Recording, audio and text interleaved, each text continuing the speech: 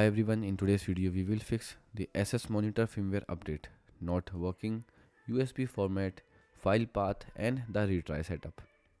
To the fixed one you can check USB cable and port.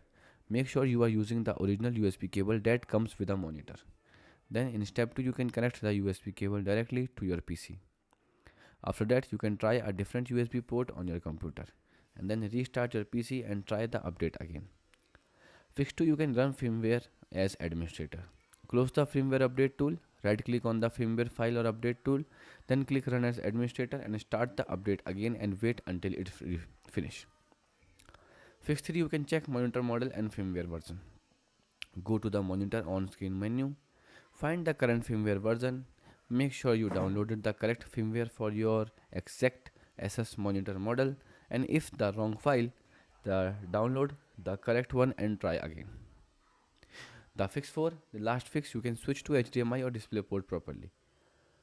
Make sure the monitor is connected to the HDMI or a DisplayPort.